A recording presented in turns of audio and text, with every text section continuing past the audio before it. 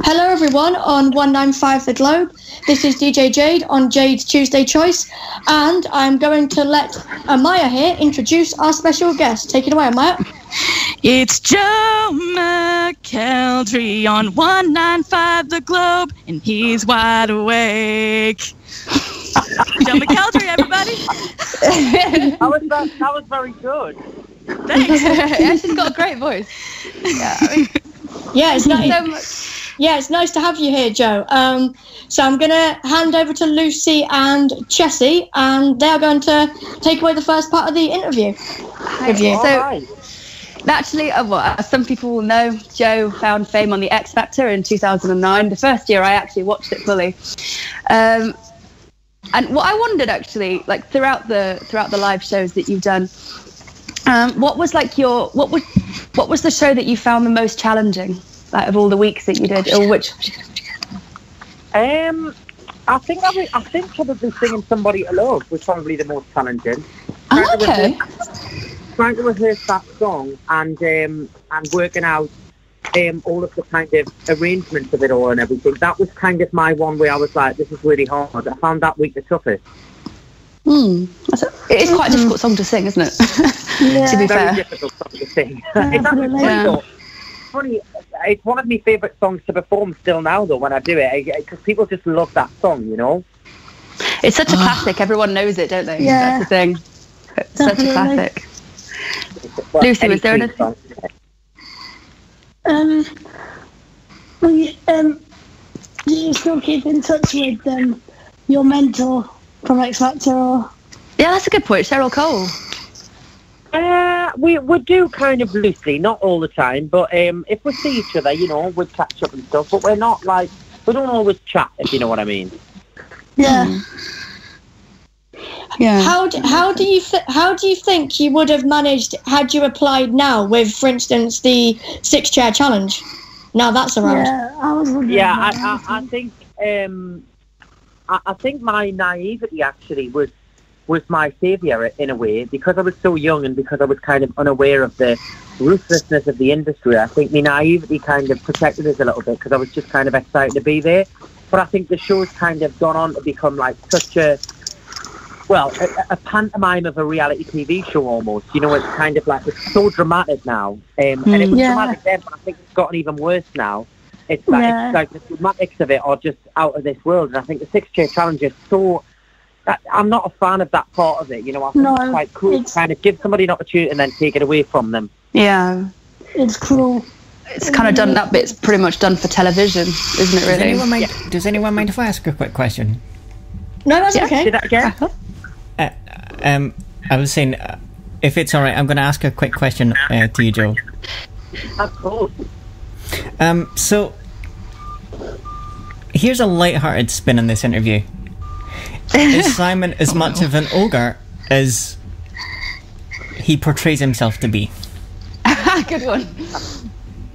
He's exactly the same as he is on television. He's exactly the same. Wow. That is who he is. That's who he is. Quite a get then. You what?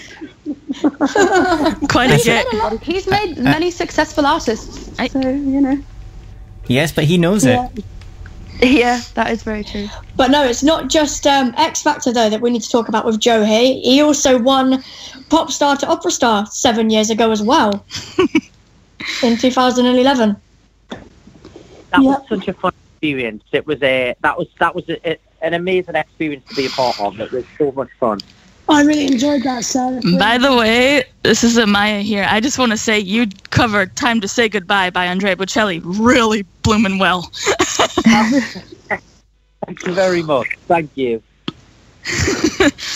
Yeah, that was just such an incredible show. And I mean, you still include material from that show in your concerts today as well, don't you? Always. You know, it was one of my biggest selling albums. So for me, I'll always reference that, and I'll probably in the future record some more material like that, because I love kind of exploring all of that on Pop Star Opera Star, and being able to like perform some of those like world famous arias and songs, and just the people just love them. You know, the reactions when the music starts on them songs, people really have some like a connection with them, which is it's wonderful to perform them. Would you say you found it easier than X Factor? Like, would you say sort of the style of music came more naturally to you, or was it more of a challenge?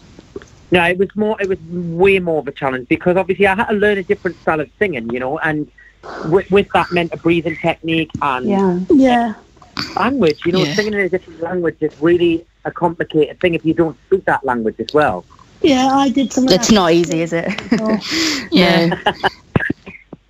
But no, Joe didn't just stop there with reality TV shows. He went and won the jump as well, a skiing TV show. He went for the hat trick.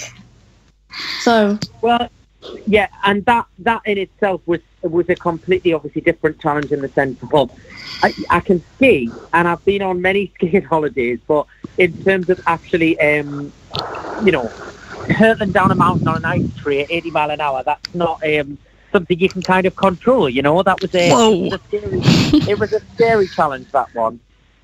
Yeah.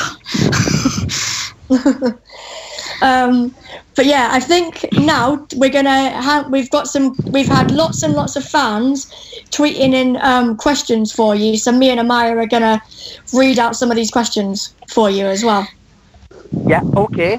Yeah, take it away, Amaya. So this question from Hannah, if you could invite 5 people to your dinner party, who would they be? Why? Well, people could probably guess the first one probably was Beyonce. Yep, of course. Oh, yeah. I knew it. I knew it. I knew it was going to say that. Then maybe, maybe, I think Barack Obama would be really interesting to have a conversation over dinner with, so maybe Barack Obama. Yeah. And then the last one, I'm trying to think who the last one might be. Let me have a think.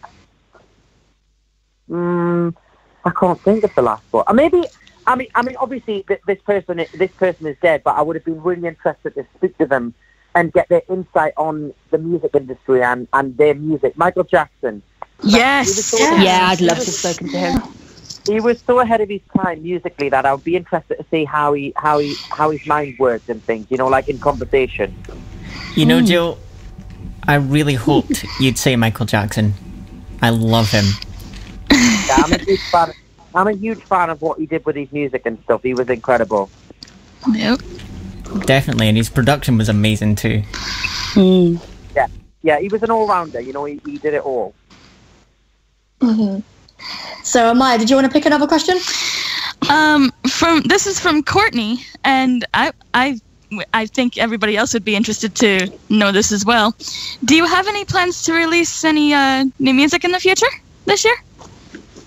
Well, I've been in the studio recently, doing some writing and recording and demoing some new songs, and we're certainly working on having something coming out, hopefully within the year, if not next year. Nice. And linked to that as well, a question that everybody is asking, is Hollywood going to be recorded? Everyone's asking that. I've actually already recorded Hollywood, and I recorded that about 3 years ago now. But I think if I was going to put it on an album, I would re-record a different version of it. Because I feel like since taking the song out on tour and stuff, it's evolved quite a lot, and I would want to make some changes towards it. So it definitely has the potential to be included. Mm-hmm. And what about, is there any plans to do any tours after this one's finished? Well, I'm currently on a tour at the minute, so when we've finished that one, we'll start discussing when the next one would be. But at the minute, obviously, we're kind of focusing on the one which started last week. So, that's kind of what's happening with that at the minute.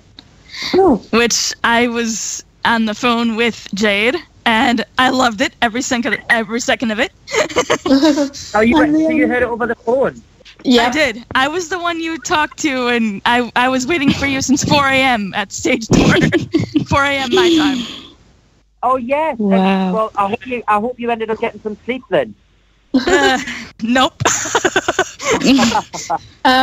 We have a question from Heidi, because obviously you performed at the Olivier Awards, and she says, who were you most excited to meet and perform with?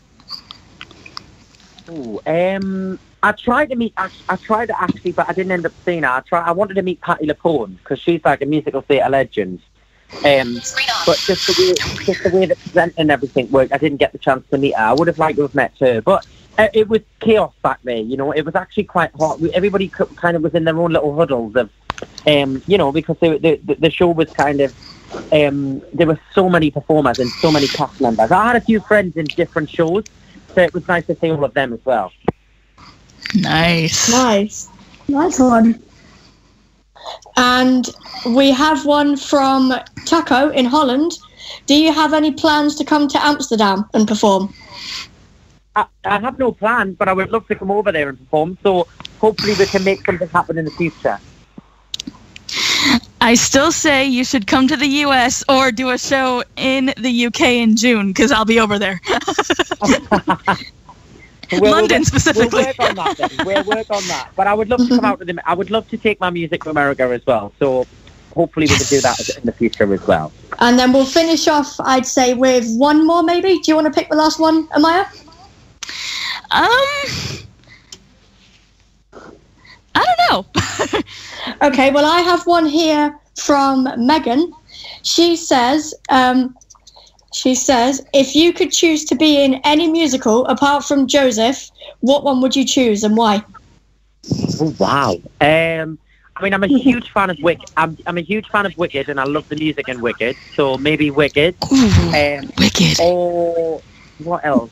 What else would I like to be in? I actually went to watch Legally Blonde last night, and that was brilliant. Really enjoyed that, and I love the music in that as well. So maybe Legally Blonde. Oh, wow. That would be cool, something quite different. Yeah, definitely. And now you know what Joe does in his days off. Yeah.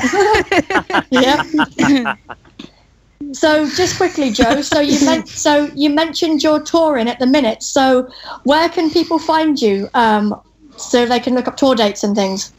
Well, if you go to joemckelderry.com, you can see all the live dates there, also on Instagram, Twitter, Joe McKelderry 91, and you'll see all of the goings on there as well. So hopefully we get to see people along the way.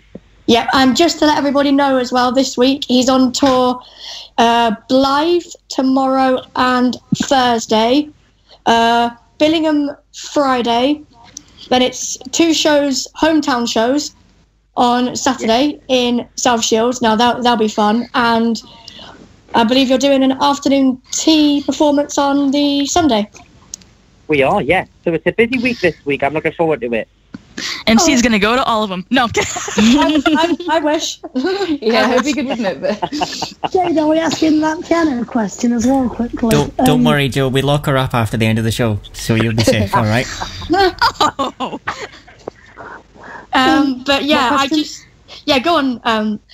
We noticed on the tour on Saturday that you had a new piano player, Adam. Is Ross going to be returning, or is Adam the new person? No, Ross is back tomorrow. Ross will be back in the show tomorrow. The boys work very hard, the musicians, and sometimes they have other shows that they have to go to and come back to and things like that. So it's a case of swapping people in and out. Yep. No, but he'll be back tomorrow, Ross. Russ is a dang good piano player. But no, I just want to... Ross is the best. Ross is the best. Yes. But no, I just want to say, though, it's been an absolute pleasure having Joe on the station. And yeah, thank you so much for being here. Yeah, thank you so much. It's been so nice to have you here. And to finish off, we've asked Joe to pick one of his favourite tracks from any of his albums. So would you like to introduce your track, Joe, to finish off? Yes, I would. Thank you so much for having me on here. It's been great, and this is Here's What I Believe. I hope you enjoy it.